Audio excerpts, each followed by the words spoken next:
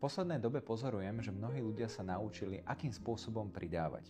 Dokonca aj spoločnosť nás pozýva k tomu, aby sme podávali výkon, aby sme pridávali, neustále sa za ničím hnali. To, k čomu nás spoločnosť až tak nepozýva, je spomalenie.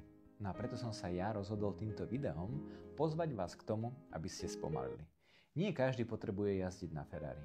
Nie každý potrebuje jazdiť tak rýchlo, že druhí ľudia si ho všimnú. Nie každý potrebuje zaujať pozornosťou. Nie každý potrebuje všímavosť. Naučme sa využívať samotné pedále aj na brzdenie. Mnohí ľudia presne vedia, ako pridať. Ale to, čo im chýba, je spôsobilosť, akým spôsobom brzdiť. No a ak sa nenaučíme brzdiť, môžeme nabúrať. Ak ideme dlhodobo vo veľkej rýchlosti, tak naše telo je v strese. Aj keď máme dostatok adrenalínu a páči sa nám to, no telo je vystavené potenciálnemu riziku. Preto aj toto video má za úmysel pozvať vás reálne k spomaleniu. K uvedomeniu si toho, čo máte tu a teraz, za čo môžete byť vďační.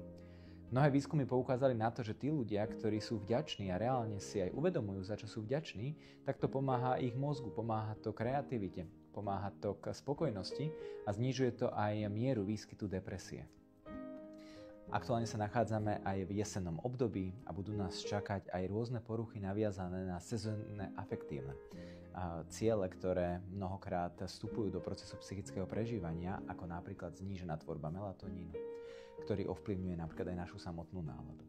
Preto je veľmi dôležité, aby sme sa naučili spomaliť, aby sme sa prestali stále za niečím hnať, no a uvedomili si, že práve v spomalení vieme nájsť pokoj a spokojnosť. Ako to povedal jeden z mojich klientov, pán doktor, Ferrari už dávno mám a preto sa na ňom nepotrebujem pretekať. Nevlastní však fyzicky Ferrari, ale vie, čo pre ňo Ferrari znamená. Je to pre ňo rodina, zdravie, pokoj a šťastie.